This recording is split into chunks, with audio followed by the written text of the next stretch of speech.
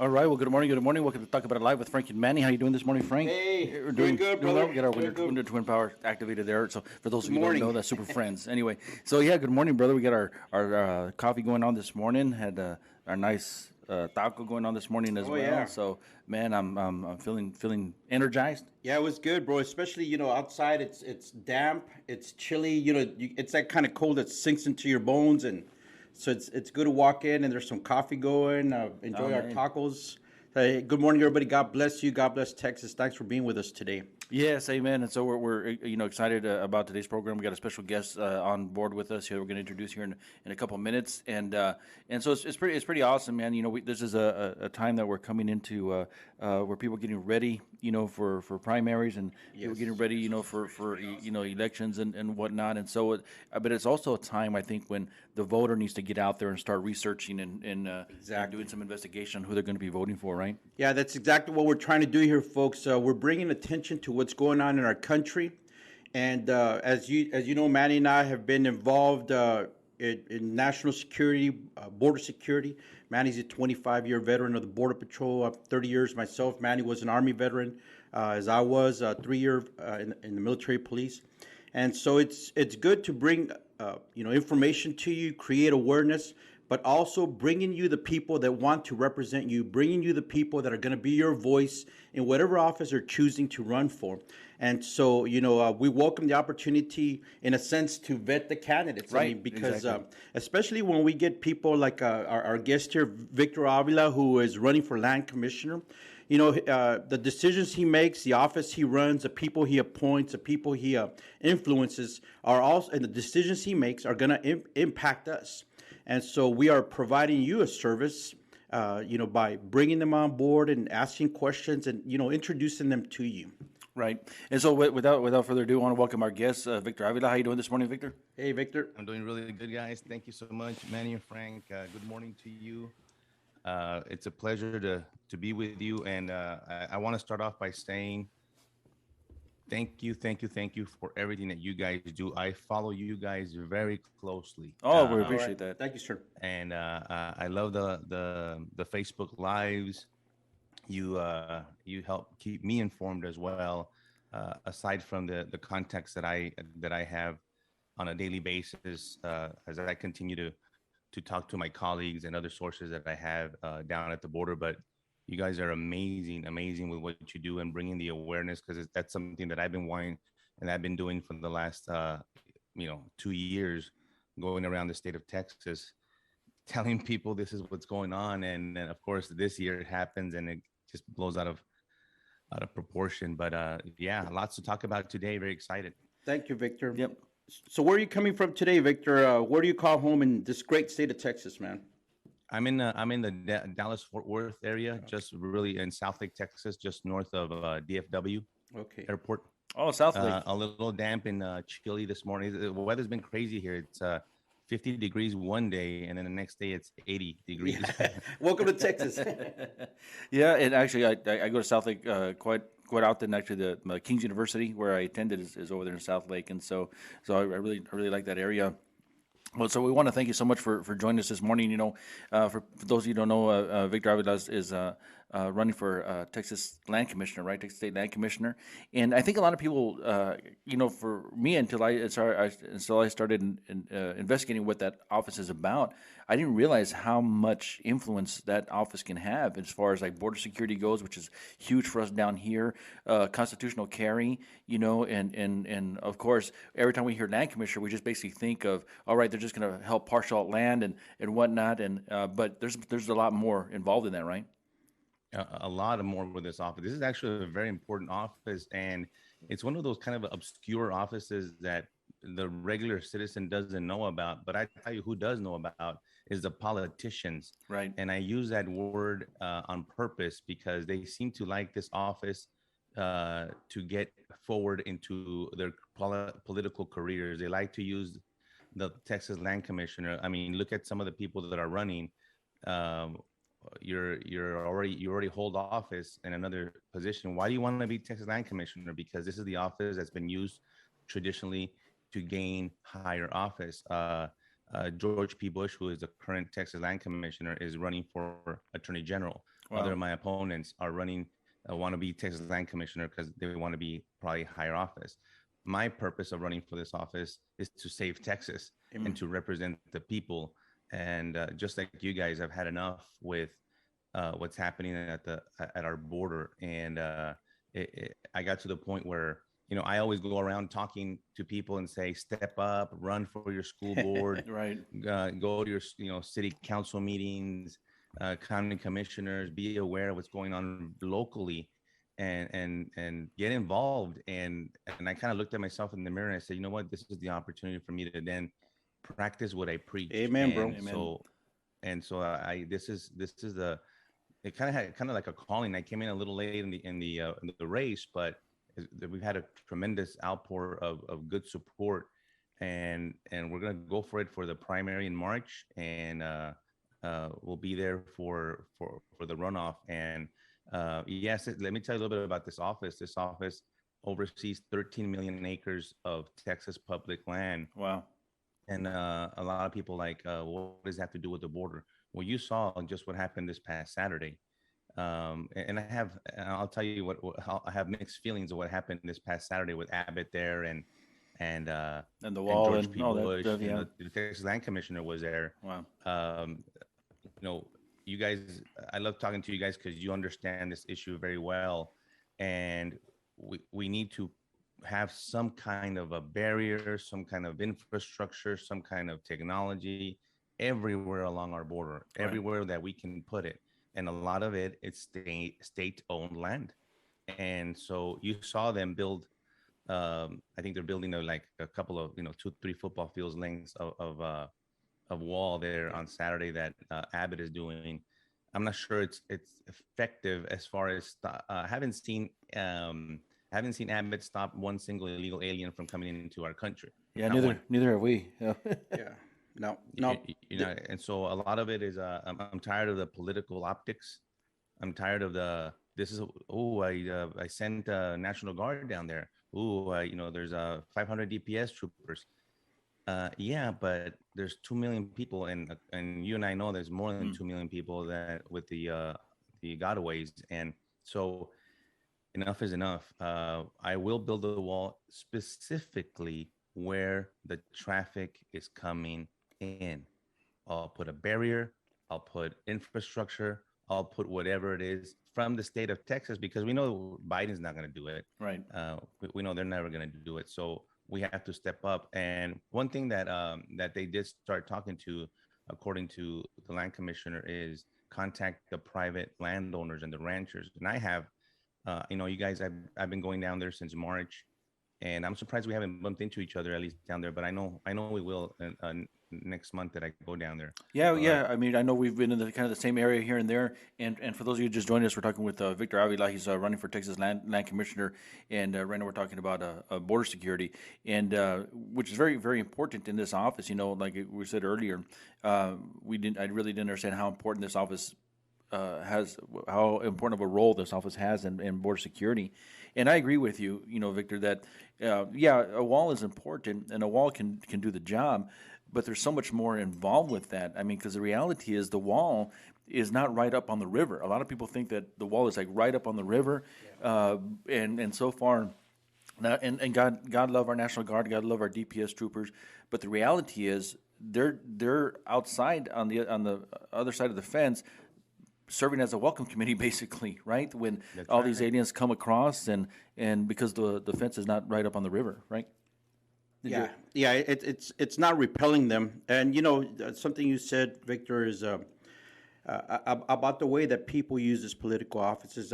You're a former government employee, as are we, and you saw a lot of times people just check the boxes. They do a year here, a year there. They move up. They never really learn in depth the position that they fill at that point.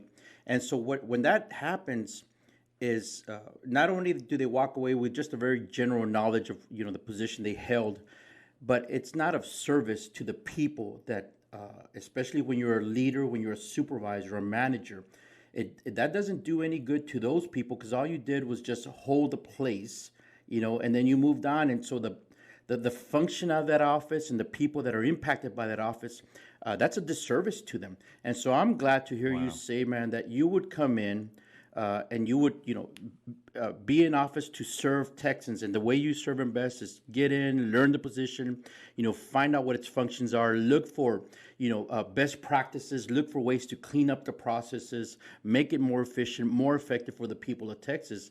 And so I'm glad to hear you say that, your heart is to serve Texans because that's what we need, man. We got a bunch of egomaniacs in government right now, arrogant, want to get rich people, and they will sacrifice their principles, their soul. They'll sell their child, to move up the ladder. And so we need servant-minded people like you in office. Frank, you're hitting it right on the head, and that's the reason why I'm running, because people have been telling me, well, we need somebody like you. Well, yeah, well, let's do it. Let's go. But let me tell you, it's hard. It's hard to beat the establishment people Yes. to get. That's why Right. people don't run, because it costs a lot of money. It costs a lot of time. You need all these teams. It is a huge, huge effort to do this. It is not easy. They don't make it easy on purpose. So it could be the same people that continue to recycle and recycle and recycle.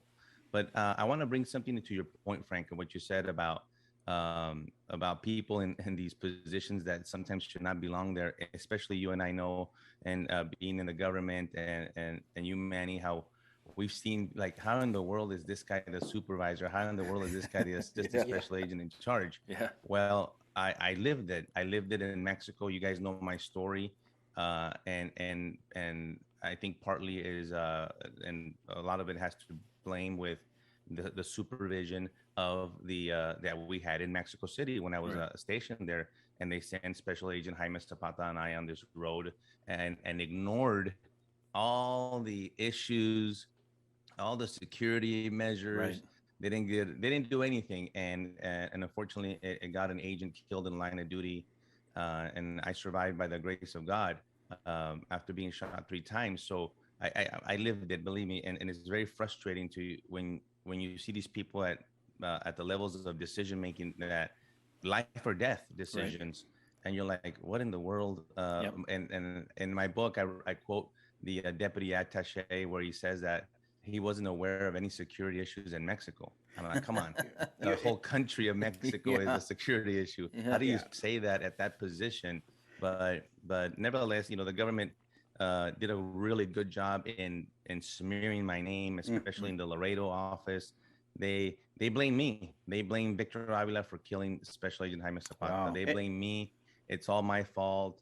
I screwed up. I did, and but only to protect the supervisors. And guess what? They get promoted, and they did no wrong. So I know exactly how that feels, and I bring all that experience, not just my law enforcement experience, my diplomatic experience, my negotiation experience, and that's a lot that I did in my career, is negotiating, crisis management. I worked Katrina, the which this office also oversees Wow. when we have natural disasters. This office oversees a lot of money that goes to our public school systems.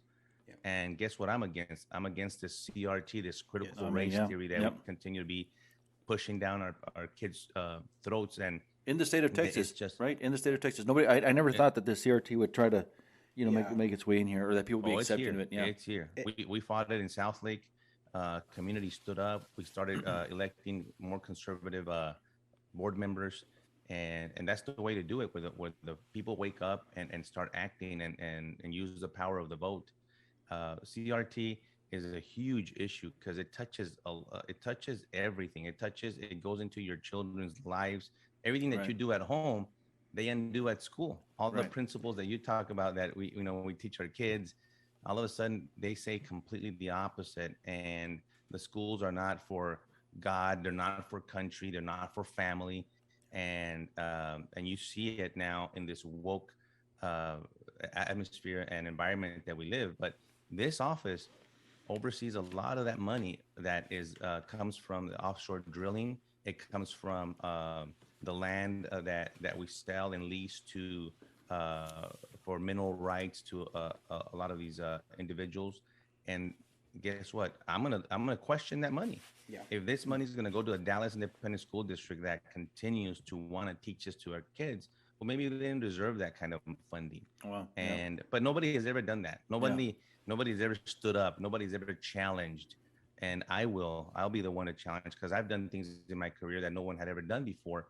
And why did I do them? Because I gave it a shot. Yeah. And oh no, we can't do that, Victor. We can't do that. Well, can't do it and never been done before are two different things. right. You know, And I did things in successful operations, rescued a lot of women and children, and smuggling operations in my career as an ICE special agent that had never been done, especially in Mexico. And then, of course, when it's successful, everybody claps. Oh, it was great, Victor. Yeah. But before, you don't get any you know, support, you Yeah, know? yeah, yeah, and Victor, you said a couple of things. Let me not forget. One, the establishment. Uh, the block. The establishment is the roadblock to, getting things done uh, in our society, in the parties, etc. But so we'll talk about that. But as you were talking, I remember a situation. Manny and I go, back a long way.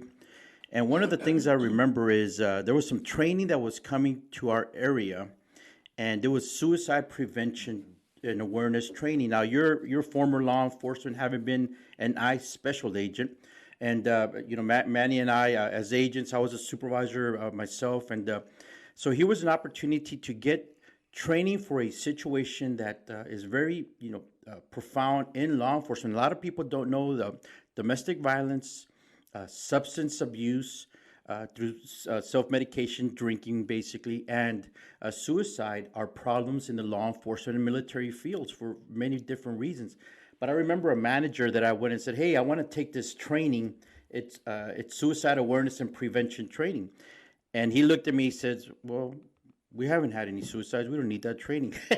And I was like, "Dude, it's prevention." And so it's a lack of foresight. It's a lack of looking over the horizon, preparing for any possible situation. And as national security, border security, law enforcement personnel, we have that mindset. But unfortunately, what happens is some people become bureaucrats, right. and they're just paper pushers, pen pushers, like we would That's call right. them. They count paper Yeah. clips, but it's people Hmm. like us, Victor, that are on the ground, that deal with the nuts and the bolts. As a special agent assigned in Mexico, bro, you were in the enemy's house. I mean, we know that the cartels operate in the open in Mexico. And so it takes a special kind of courage, a special kind of mental awareness, to go into a place like that. I mean, your head is in a swivel 360, even when you're sleeping, man. Yeah, You got that sense. And it's something that very few people in this world know. Certainly, our men and women in arms know that, and our brothers and sisters in law enforcement know about those feelings and that way of life. And so the other thing you talked about was the role of the establishment. Let's face it, here in America, we have a uni party. It's a mixture of Democrats and Republicans, bro, who are in it for power. They're in it for power, money, prestige, position, but they forget the servant aspect of it. And so what happens is they get into power and they forget, quote unquote, the little people. So if you could, Victor, tell us, what are, what's maybe one or two things that as land commissioner you would immediately seek to do. If you were elected, you got swore in. So aside from the basics of meeting your team, etc. What's a key goal that you have to fulfill if you were to be elected as land commissioner? Immediately, I'm gonna head to the border, and I am gonna talk to. I'm gonna assess what public land Texas owns and how that Texas public land is adjacent to private landowners. Yeah. I've been talking to them already since I was the last time I came last month. I went to I was Laredo. I went McAllen, Laredo down to Harlingen, Zapata, and I talked to the ranch owners. I talked to the ranchers and the landowners. They are willing. Some of them are even willing to donate the land. wow, Some of them Wow. are willing to sell it, lease it, whatever. Let's negotiate. because that you guys know it best. They own the land that's up on the river, Yeah. and a lot of people when I go speak, look at the wall that they were showing on Saturday doing that press conference with Abbott. That thing is like what 2 miles Yeah. maybe at least from the river. Yeah. It's and so I want to get with them because they are the key factor. So I want to tie in the public land with the private landowner and say, okay, are you okay with us putting a barrier here, Yeah. a wall, whatever barrier that we need immediately to stop the flow of the entry points? You guys know the entry points. I know the entry points. For some reason, they will not stop these individuals from coming in. Yeah. This will never end Right. if we continue to take custody of these individuals. Right. We must put a barrier where they cannot come up. Right. Now, you know those areas along the border where it's natural barriers. You don't need anything. The river and the bank is so high that you can't come up. But we know the entry points and know them where we know them. The cartel knows them. The illegals know them. They know them. Right. For some reason, our government just will not put anything on those areas. Remember what happened with the Haitians, Yep. where they were coming in. Not after 15,000 of them came in did they put all the DPS troopers on on the 150 cars. I don't know how many Abbott parked there, but after the 15,000 come in, I remember getting the calls. Hey, Victor, there's 1,000 people down under the bridge. What? And then in the next day, there's 4,000. And then and you guys are like, and we're like, if I'm hearing it, Yeah. and I know it, I think our government officials probably knew it too. Yeah. Why didn't they send the troopers immediately to block the traffic? Yeah. That's leadership, the lack Right. of leadership. And Yeah. so that's what I'll do. That's the number one thing that I'm going to do. I'm going to go down there. I'm going to meet with them. Let's do the contract. Let's set it up. We have a lot of the materials. Oh, and here's part number 2. I know how to negotiate. I've negotiated at very high levels of this government. And I'm going to go talk to the Biden administration and see who you know the panels. I've seen the panels right there and the extra equipment that we already paid for. Right. The taxpayer has already paid for. There's no way and no need for us to have to. I heard that. Well, maybe the state of Texas can buy it from them. Why should we buy it from them? Right. We already paid for Yeah. it. Yeah. Yeah. Yeah. I'm gonna go in there and we're gonna have a little chit chat with them and say how we need this equipment to hand it over. Hand it over the material. We need it, and that material is gonna go up initially where the major vulnerable entry points Right. into the state of Texas are gonna come in. And it's good. I'm sorry. It's good to hear you say. It's good to hear you say that kind of stuff there, Victor, as well, because I think people don't realize that a wall, as important as it is, it basically acts as a force multiplier. You know, for agents to be able to respond to those entry points that have those natural barriers, but where agents can't be at that point in time. So it acts as a force multiplier. The hard part though right now, Victor, is that there's no agents available. Right now, nobody's patrolling. You know, and sad to say, although we have National Guard and DPS here, they basically just, sit with the illegal aliens, the smuggling, and all the smugglers that they stop or try to apprehend. And to tell the truth, people don't realize that they're actually not in anybody's custody until Border Patrol is called, and so sometimes they're waiting hours for Border Patrol to get over there.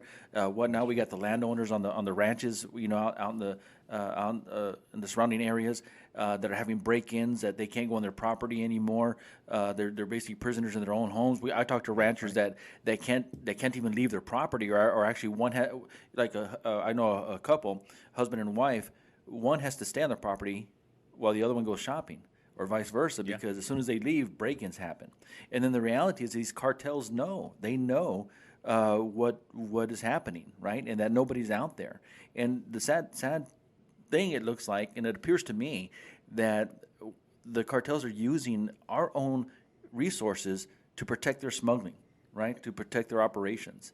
I don't know You if guys have seen that the smugglers come in 100, 200 yards into the U.S. and then they walk back. Oh yeah. And nobody apprehends them. Yeah. No.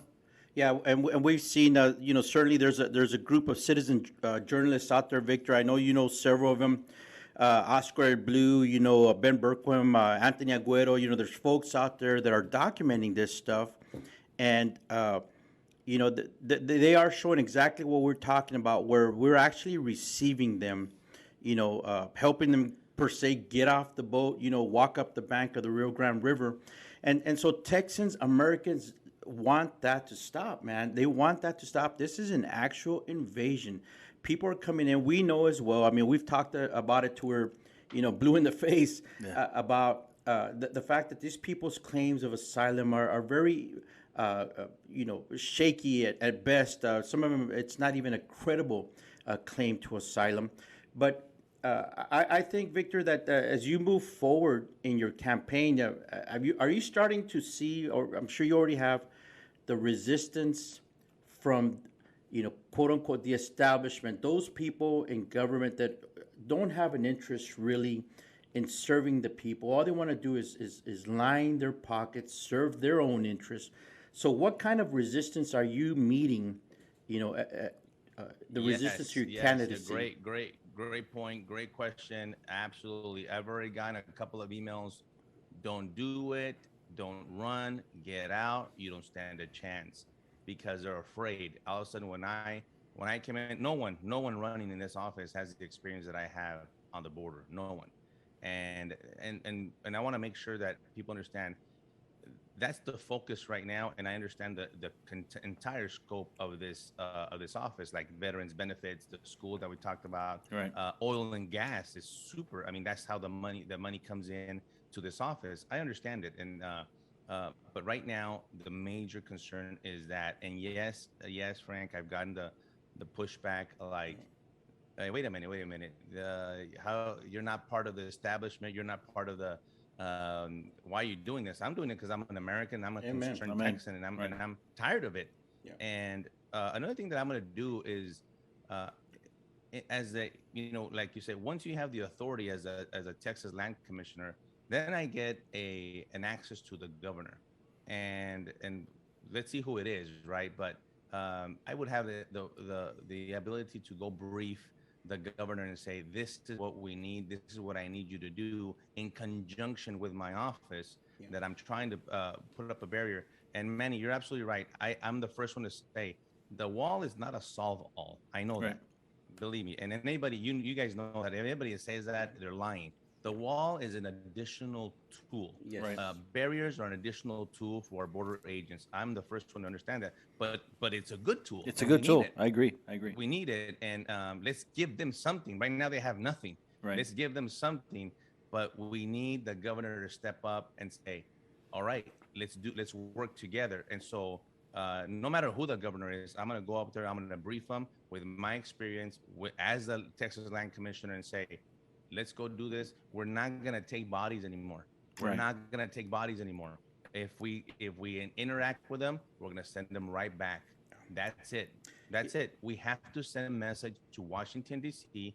We have to send a message to the cartels that we need to disrupt this. No one is disrupting it. Yeah. The cartels are having a field day. Yeah. Biden's not going to disrupt it. And no one, it's this cycle, and everybody's kind of okay with it. I've flown with the illegal aliens. I've flown with, they get on airplanes without identification. How in the world does that happen after 9/11? It does, right in front of me. I filmed them. People from Uganda, people from Central America getting on airplanes without IDs. Yeah. And like, wait a minute. Why isn't anyone enforcing this? These are laws that we have on the books that no one is enforcing. Yeah. We need to just go back. And I'm not asking anyone to do anything illegal. I'm asking anyone to just follow the rule Right. of law. Exactly, bro. And you say some key things there. We've all gone to the airport. I remember when I had to take off my boots, and man, I mean, all that stuff. Present your ID, wait in line for an hour or two just to get to the waiting area for the airplane. Even with the TSA number. Yeah, even with all that stuff, man. And now, these buses pull up and they just get off and they go to the back door. We know it's a full-scale invasion. One of the things that I think is really frustrating Texans, and we've talked to many different people about this, Victor, is they are frustrated with what is very obvious, a lack of political will, and even a lack of just will to defend our state, to defend our nation. And they are allowing Texas, bro, to be a muddy doormat, for an invasion. And as Texans, we're pissed off, man. And we're angry that this is happening by the very people that we have elected to do just that. And so, I have an issue with the pandering of politicians, as I'm sure you do, because as men and women who are charged a task, a duty, and we go out and do it, bro, sometimes we walk out that door, many of us have never come home again. That's right. Because they died in the line of duty. And so they use words like courage, honor, liberty, patriotism. To quote a famous movie here, there's punchlines in a party. But for people like you, Victor, Manny, and I, and so many of the other veterans and law enforcement officers, we see this happening, and we are tired and fed up, man. And so I'm glad that we've got somebody like you with your experience as well running for a high-profile political office. And I can't understand. I've heard that, the governor at times doesn't even talk to other persons in the political hierarchy of Texas. That from our past experience, the commander talks with his staff, with his field commanders, and he will even walk in the field. Commanders walk in the field because they want to hear, what the guy on the ground, the infantry guy, what the paratrooper, what the frontline border patrol agent has to say. And how would you make, your role as a land commissioner, how you said you would reach out to the governor, but how would you take your case before Texans to let them know, what you are trying to do? What is, one of the first things you would do? Are you open to holding? I know you're already doing it as a candidate, but would you be open to maybe, going out in the circuit, go out after elected and meet with people to hear firsthand? I think that's would you be willing to make that pledge here? Absolutely. Yeah. Like wholesome town halls and hear firsthand from the people. As I've been going around Texas, let me tell you, and this is what I learned a long time before I was an agent. I was a federal probation officer, and one of the U.S. district judges in El Paso, Harry Lee Hudspeth. What I learned from that judge is how to say I don't know. Yeah, I don't know. You know what?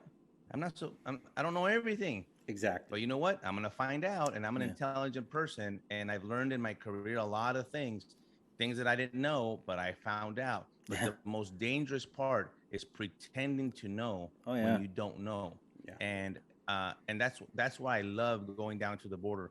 Even after my retirement, and I was back in March, I was here in my house, and like, how in the world I couldn't take it. I had to go back. I had to. I gotta go there. I gotta go see what firsthand. And let me tell you, firsthand, absolutely, I learned so much. Yeah. From the agents on the ground, from the people, them telling me their story. I have a gentleman this past month give me a picture of a cartel member walking on his armed cartel member walking on his ranch that picked up by his camera. Wow. And he tells me, Victor, we have guns too.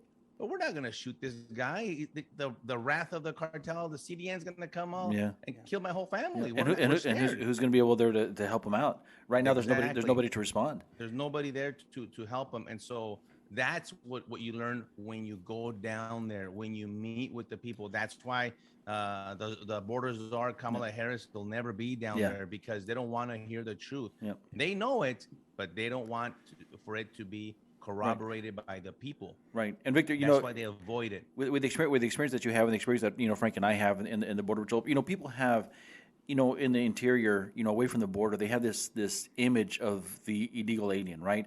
The one who's coming from Mexico or, to try to make a better way for his family, working in the field, things like that. But the reality is that that's not the way it is anymore.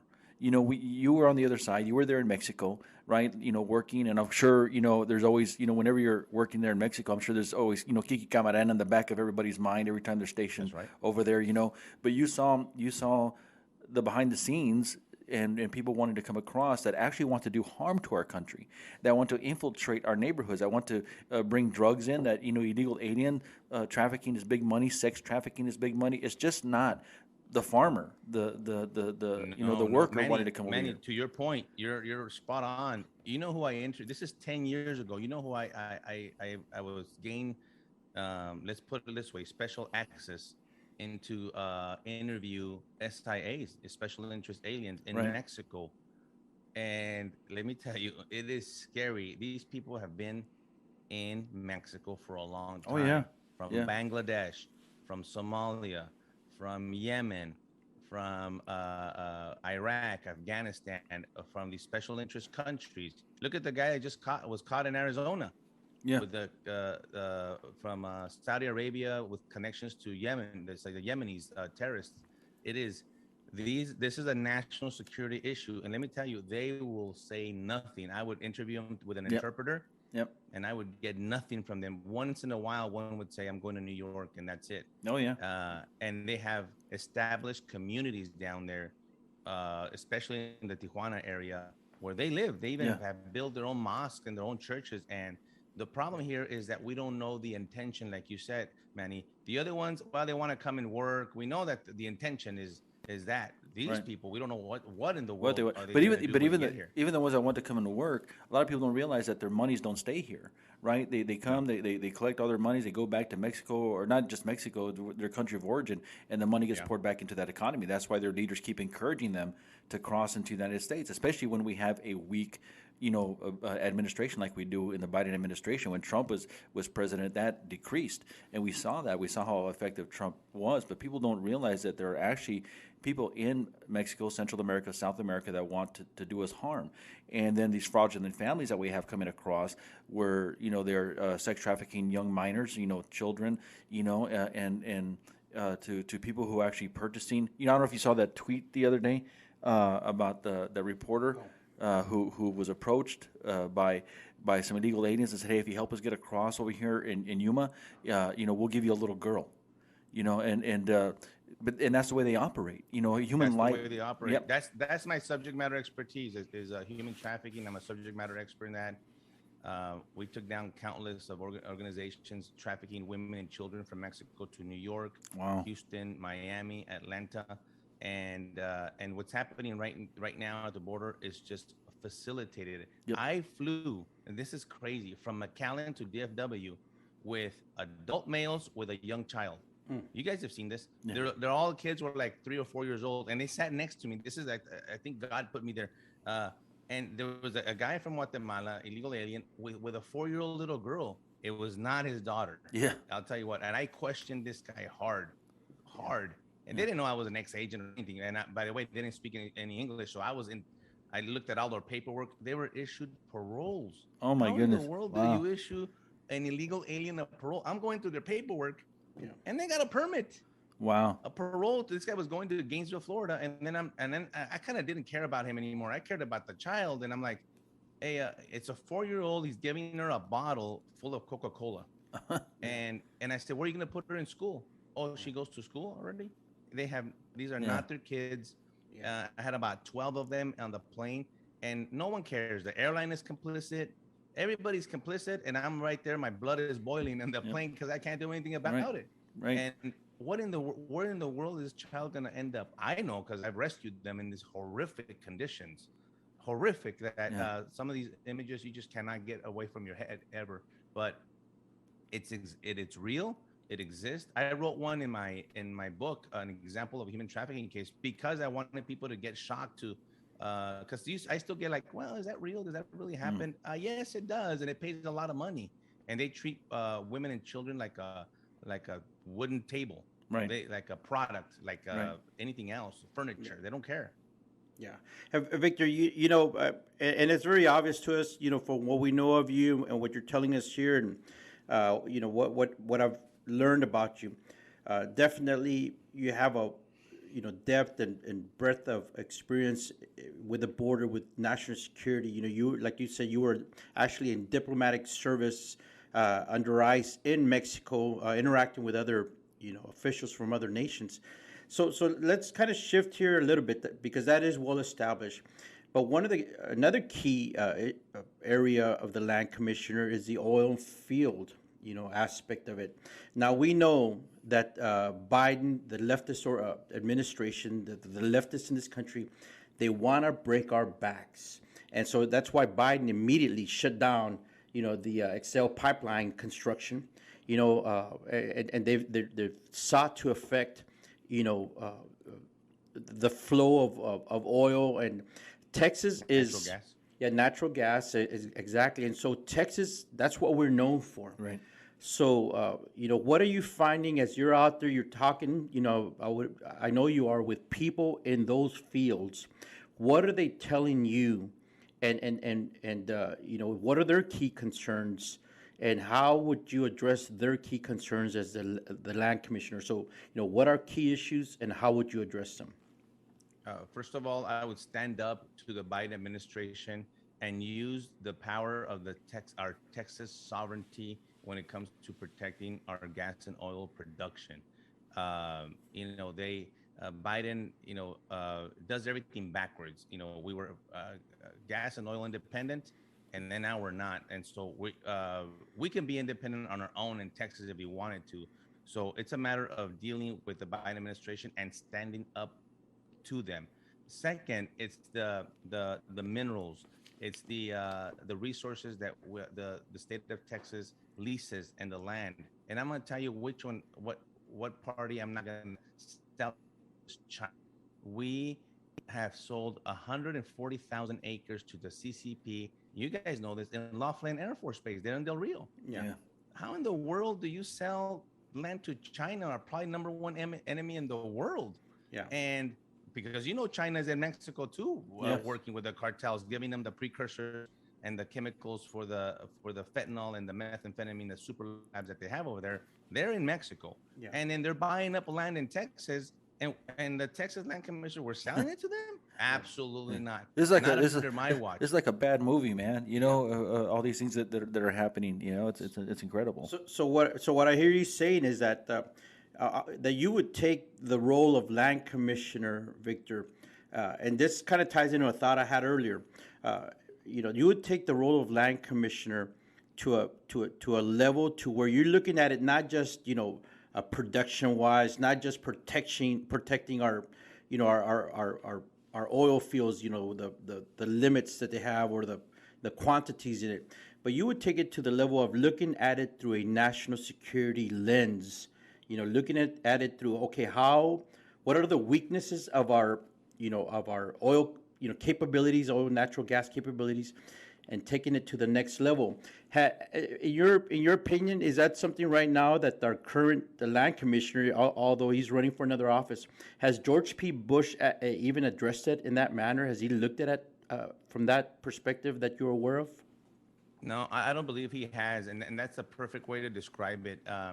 It's kind of you look at the protecting our infrastructure, protecting our grid, protecting our gas and oil and gas fields, our offshore drilling. Yeah. We must protect that. There's some issues with the beaches, and I would always cite with Texas first. Yes.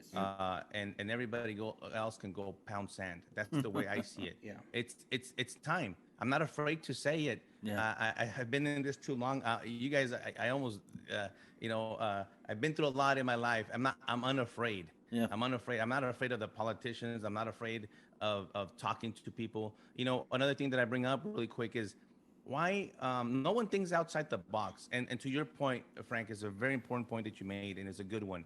This office has been used, and I already heard this term. It's a pass-through office, Victor. Wow. Yeah. Oh, it's a pass-through office. Oh, really?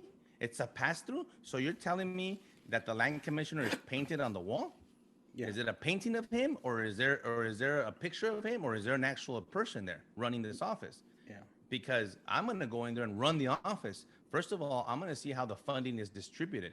All the money that we get from the oil and gas, all the money that we get from our offshore drilling that is distributed, most of it goes to our education system.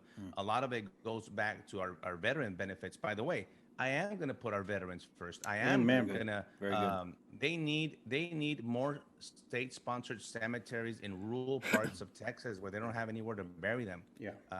Well, let's do that. Let's think outside the box. Let's do things that no one has ever done.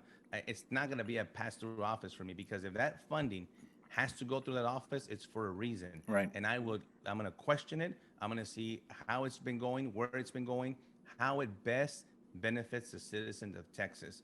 And if it doesn't, if it's benefiting China, if it's benefiting someone else, then we're going to do something different.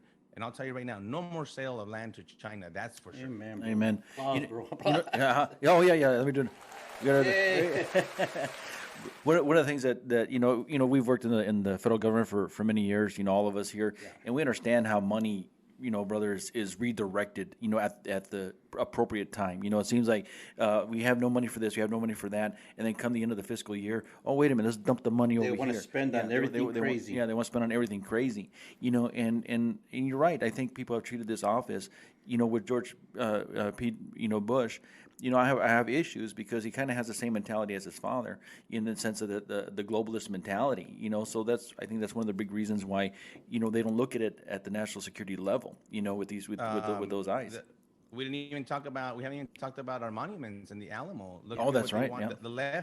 The left wanted to move the monument in front of the Alamo to in front of the Manger Hotel next door, and I'm no one has the courage to say no, you're not. Yeah. Right. No, you're not.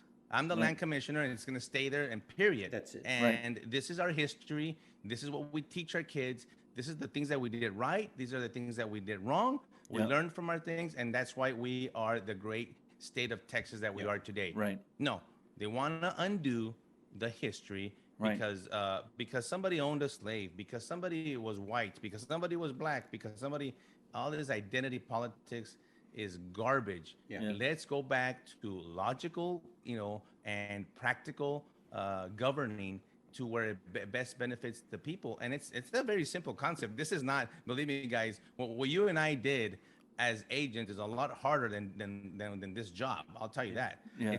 This all it takes is a little bit of courage and a little bit of thinking outside the box to want to do something, like you said, Frank, to want to serve.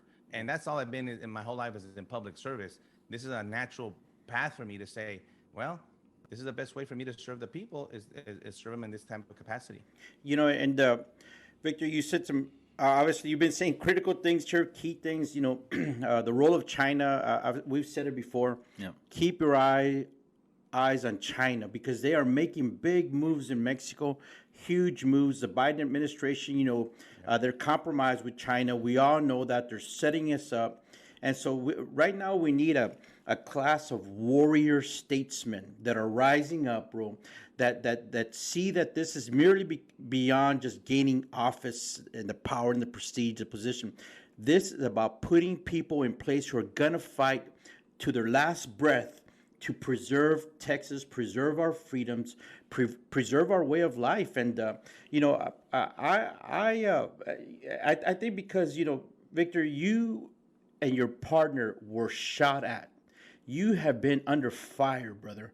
Your partner died in your presence. You were wounded. Manny and I have seen death up close many times ourselves. And so, brother, I think that when you have that added element as part of your life experience, when you move into positions like the one that you're seeking, like the one that we're seeking here, we come with a perspective of this is not games. Right. These are not games. This is about actual service to our country. And when you say that, you have got to be willing to shed your blood and even die in service to your country. And so I'm glad that there's a warrior class of candidates that's rising up, brother, that are taking the bull by the horn. They're challenging the uniparty, the establishment. They're challenging those people in power right now. They want to hold on to it, and they're going to say and do anything they possibly can to destroy the character of people like us, because all we want to do is do what's right for Texas and our nation. And we want to call out the deeds of darkness into the light of day and expose what they're doing, because it's been hurting us, Victor. Right, yeah. It's killing us as a nation, man. And not just our state. I get calls from out of state, and people are donating. I had a call from a lady from Virginia She gave me $50 to my campaign, Praise God. and she's like, because she understands that what happens in Texas is That's right. affecting their state. You guys know Yeah. this. Yeah. All the people are going everywhere in the country, and a lot of the crime surge that we've had in this country right now, a lot of it is attributed to the cartels and the illegal aliens. A lot of it, not all of it, but a Yeah. lot of it is. And people are feeling it in their communities. Like, what in the world is happening? Yonkers, New York, and all these places that you would never think about it. What the heck is going on? Well, the open borders. Yeah. It came through Texas, and so people are like, "We want to support you," and I'm like, "Yeah." What we try to do here, we're protecting Texas, but at the same time, we're protecting the rest of the country as well. Right, and I think people don't understand. We all want to help people. There are people in need in other countries. When I served in the border patrol, for all those years, I empathize with those who are trying to come across. But the reality is, Mexico has laws, Central America has laws, South America they have laws. Everybody that has borders has some type of immigration law, and we've always told people, look, nobody's saying that nobody can come to this country. They just have to do it legally, and illegal immigration, all that does is damage a country, and then we have the security issue as well. But Victor, we got to start wrapping up. But you do have a website, correct? That people Please, can go to. yes. Yeah, I'm just going to put it up on the screen here real quick, and let me see if I can. I gotta set it up Yeah, here. it's VictorAvilaTX.com. Victor Avila, Avila TX.com, and I'll do. This is my little campaign. I'm not forgive me for not being a professional politician, but this is the hardest part is the money. Yeah. I need the money to be able to continue in the race to stay in the fight. It is a reality. That's the way the system is set up. And I have to be traveling all over the state starting in January. I'm going to see you guys down there. I'll call you when I'm down there. Yeah. I want to do two separate trips, one to the Del Rio area, Eagle Pass, and then another one down to the Laredo, McAllen area. So I will let you guys know when I'm down there. And yes, if you guys promote the website, VictorAvilaTX.com, if people, whatever they can donate, it is very helpful. $5, $10, $50. If you have more, that's great. It keeps the campaign going. Yes. It's a reality of these things. That's why I said, like I said earlier, people don't run because, man, it's hard. I have a call list. I have to call people, ask donation. That's the hardest part for me because I've never done that in my life before. It's really like, hey, can you give me money? It's weird, but it's a necessary thing that has to be done. And I just like I talked to you guys today. I talked to a lot of people. What you see is what you get with me. This is me. This has been me a lot. Yes, my life changed in 2011, but you know what? It changed for the better. It made my family and I stronger convictions. You talk about our love for our state and for our country. Oh my goodness, if I loved it before, even more so now. And I tell the story of being on that highway by myself and how lonely I felt for 40 minutes there before the help arrived. How being a Mexican American, a descendant, I don't ignore my heritage. I hate Mexico. No. Separate that. I'm an American first. And when I was there, believe me, I felt that I wasn't from there. And all of a sudden, like, oh my God, I felt like could have been in China. Yeah. That's how foreigner I felt. And after the things happened and they had to get me out in the middle of the night, it was because of that. You're not from here. And like, laws are different in the different countries. Right. And so I want people to understand that. And I thank you for bringing that up, Manny. I'm very pro legal immigration. I love people to come to this country legally. What's happening right now at the border is complete lawlessness. Yep. I'm the law and order candidate. Very good. Real quick question from Elva Camacho, who, by the way, says hello. Oh, yeah. hi. She wants to know what's the ballpark figure, Victor, of illegal aliens that have come into our country? What's the latest number you heard, more or less? You hear the 1.7 million apprehended in the official number. That's not even close. Personal and professional opinion, I think we're close to 4 million. Yep. Since Biden took over. Yeah. I'm not talking about since January. I'm talking from January to, so we're gonna be a year. I think we've hit 4, if not more than that. Because I've talked to agents, they think that for every person they apprehend, there's at least 1 or 2 that got away. And that's very conservative. Our numbers are and one. I'm being very conservative. 4 million. It could be 10. Right. But I'm being conservative too. I'm doubling it to be conservative. Either way, it's too Yeah, many. It's and too It's many. it's way too unacceptable. many, and a Yep. lot of criminal guys, a lot of criminal aliens, prior deports. Yep. People that I put in prison Yeah. are coming back.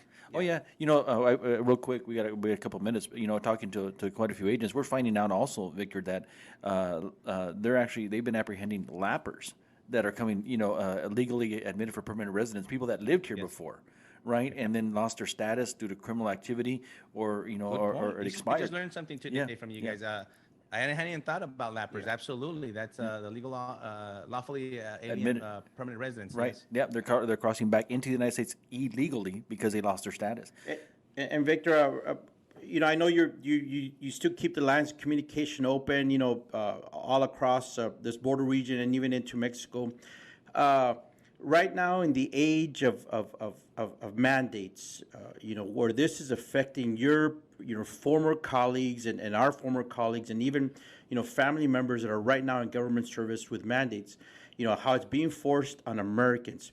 Let me ask you, what are you hearing about diseases that are coming up from Mexico? I know you have some insight into that. What are you hearing about some of these diseases that have never been seen or haven't been seen in a Never been generation in seen. America? They're coming, and they're coming this week, and next week. And Africans are carrying not just the sexually transmitted diseases, which tells you something, right? HIV, gonorrhea, syphilis.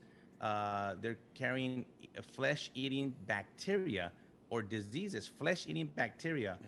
They're coughing, they're throwing up, they have fevers. No one knows what they're actually suffering from.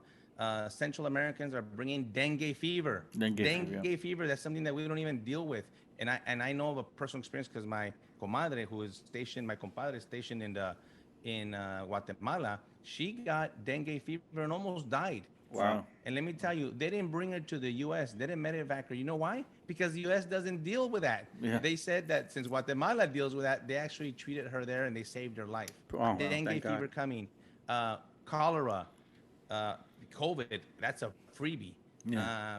All these issues that's going to affect our frontline agents. right. They're going to get infested Which with is these gonna diseases, which is gonna and they're flood gonna our get medical sick. system. Yep. And it's gonna flood our medical system. It Yep. is. Yep. You guys, we could talk about this for hours. It's a mess down there. Yep. It's healthcare. It's criminal justice. It's education. It's Yep. a lot of things that affects our state and country.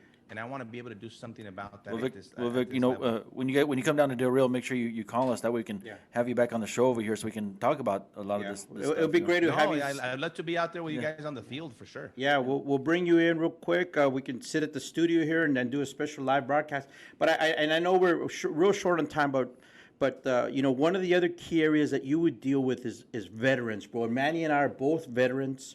Manny and I both served in the Army.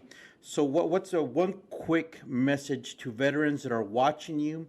What would you do for the veterans that you would be charged with taking care of?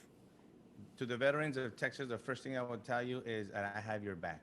You're going to have somebody that understands the sacrifice that not only you, but your family has gone through. I'm not a veteran, but I could tell you that a lot of veterans tell me, hey, Victor, you're one of us because you've been battle tested. You've been there. You've gone through these horrific experience in Mexico, and I appreciate that. But I tell them, listen, I know the sacrifices of the family. I know the sacrifices of the soldier. I know the sacrifice of the individual.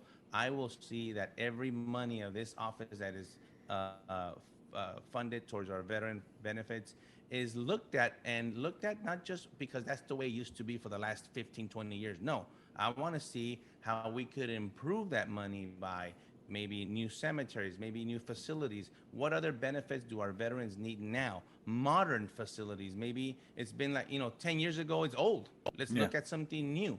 But I got your back. You will not be forgotten being in that office. Very good.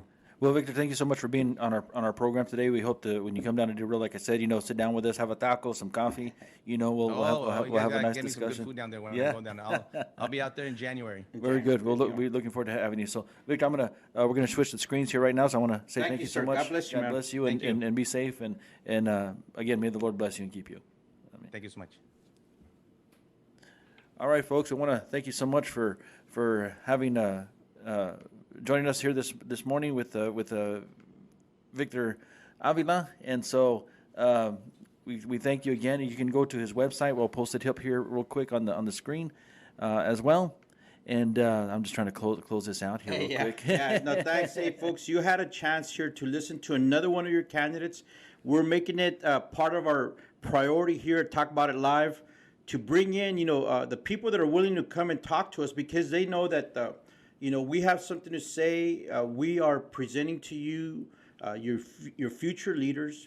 And as we go down this road, more coming, we get contacted by other people that are coming to the border regions. They want our firsthand experience. They want to see what's happening. And that gives us a tremendous opportunity to provide you a service, providing you information on the candidates that are out there. And as always, we say it, vet them. And the people that have nothing to hide, like Victor and others that we've interviewed, are perfectly okay with that because they understand the concepts of transparency and accountability.